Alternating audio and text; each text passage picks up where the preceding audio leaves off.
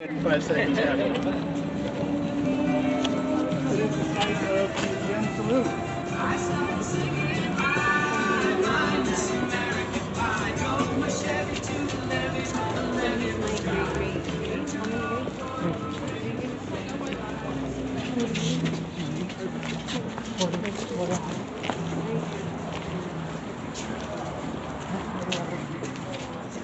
They have changed this.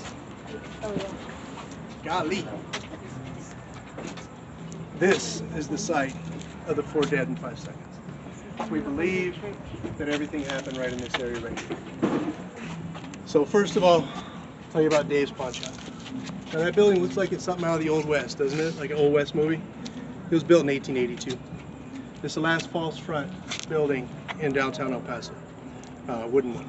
There are several down the street false front buildings, but this is the oldest one. If you ever get a chance to go in there, it's like Ripley's Believe It or Not. Small. It's small. You gotta go one by one. It's a little thing. Yeah, you can't pass any. You gotta lock like this inside it. It's so full of cool stuff. It's got skeletons, like human skeletons. It's got some really weird stuff in it. Mummified finger. Who collects skeletons? Not me. Mermaids. Mermaids, yes, the tiny little mermaids. Odd. But inside, they claim to have the finger of Pancho Villa. The trigger finger. Yeah, trigger finger. The trigger finger of Pancho Villa. So I know it's a finger. That's all I can tell you. It's a mummified human finger. Could be a monkey, but I'm pretty sure it's human. Yeah, they want 10 grand for it. So you see the skeleton of Pancho Villa? It's like this. Now you know why. Yeah. I think his head's still missing. I'm not sure. Anyway, Dave's Pawn Shop. Yes, this is an original building from the 1800s. I talked to the owner's son. Talked to the owner too. The owner still works there. It's been open since 1952, and he's still kicking. The son's actually running the place now. They said a few years ago they had to have the roof replaced. They took 6 layers of roof off of it. The lowest layer, the bottom layer, was the original roof. So yeah, it was due. So very, very cool place. The second half of it right here was the original location of what they call the Acme Saloon, which is probably where Dallas Stoudemire had gone a lot, because he enjoyed that. Now, Dallas Stoudemire. Now, Dallas. Now, what we're going to talk about is a little drama that happened right here in 1881. This is shortly before the trains came. This is when a lot of investors were in town. There's a lot of money changing hands. There was a lot of violence, a lot of alcohol, a lot of prostitutes. It was like Las Vegas back in the 90s. It was crazy town right here. Well, they decided that they needed a new marshal. Their old marshal, his name was George Campbell. He was a nice guy. Everybody liked him. He was not the type of person they needed to run the town. They needed to control the bad people, the bad element here. George was not the person to do it. Now, George ended up resigning. There was a big shootout of a big gang took over the whole place called the Canutillo Gang, and they shot the place up at New Year's in 1880, 1881. So they just destroyed the place because they had gotten rid of George. So then they decided that George was a friend of the criminals. So they were talking all kinds of smack about George. George's a nice guy. Now, fast forward a little ways. They hired a guy by the name of Dallas Stoudemire. Dallas Stoudemire, 6 foot for 170 pounds. He was a skinny guy, tall, but he was mean as hell. Now, he was a Confederate soldier. He served from the age of 15 until 19 at the end of the Civil War. So those are the mentally formative years, right? So he was blown up and he was shot. He carried 2 bullets inside of his body from battle. He was injured very badly in the Battle of Franklin in Tennessee near the end of the Civil War. To say that this guy had PTSD, Yeah, that's probably what he had. He had a problem. He was a shoot first, ask questions later type of guy. He was also a heavy drinker. So nobody wanted to be near him when he drank. As a matter of fact, he would drink on duty. he'd start his shift basically in sometime midday when everybody else was waking up, and halfway through he'd have his lunch at the Acme Saloon and a couple other places. So yes, he was a heavy drinker, but when he drank, he got mean.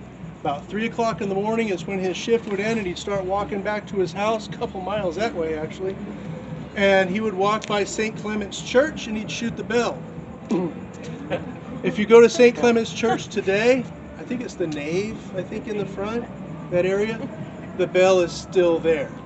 So it's a new church in a new location, the bell's still there, it's got bullet holes, or bullet dings in it. Dallas did that. You can go there and you can see it. They got all upset because the church bell was actually the fire alarm for the town. You ring the bell, people come running. So he's like, gang! So everybody come running. Oh, That's the thing you would do. the shift is over, I guess. So people got pretty upset about that. I think there's 9 bullet holes in it. I think that's what I counted. So he did it a lot. So Dallas was not a good person. He was not a person to tamper with. He was not a person to mess with. If you got a threat from him, you just better stay out of his way. A lot of people. There was a couple of brothers here in town that would try to pay people to kill him because they didn't have the balls to do it themselves. They were like, "Here's a shotgun. He's over in the gem saloon. Go get him." And they're like, "Hell no, I ain't doing that." So they would do this all the time. Anyway, so Dallas came into town, and so his very first day on duty, he was faced with an odd situation. Like, he was trying to figure out how this town worked. So actually, it's his 4th day on duty. His 4th day on duty, they had found a couple of dead vaqueros. These dead vaqueros had been ambushed by someone. Well, later on we find out what the story was. Some vaqueros had stolen, or some cowboys from Hale's ranch, they believe. So you guys are Johnny Hale's relatives. So Johnny Hale had a ranch a few miles that way over in the Canotillo area, south of Donovan. So it's right in that area. Pretty, I think they said 8 miles from here. So they believe that some of the cowboys from his ranch had gone over into Mexico to steal a bunch of cattle. They stole about 200 head of cattle, and they brought them over. That's a lot. So the vaqueros woke up in the morning, they're like, "Oh my God, our cows are gone," and they followed the footprints to Hale's ranch. They ended up finding 2 of the cattle with their brand and everything. So they knew that the Hale ranch was involved with this.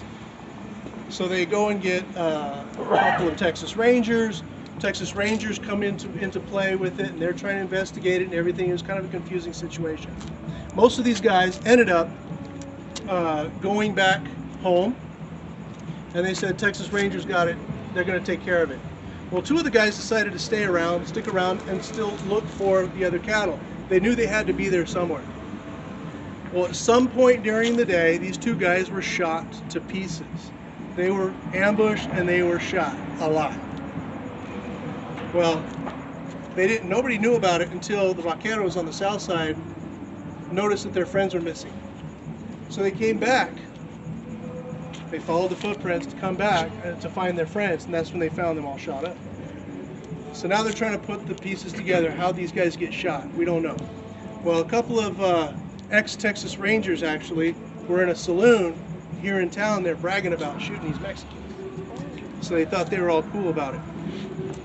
Well, so the vaqueros, they found out the vaqueros came back into town demanding an inquest, demanding justice. So there's about 75 of these guys, heavily armed. Now at the time, it was illegal to carry a gun in town. The only people that carried guns were law enforcement, and that's it. Unless you're leaving town or coming into town, you had to put your guns away. Well, 75 of these guys came in heavily armed, and it really alarmed everyone. They went and got the bodies, they brought them back, and they went to the judge's office, which was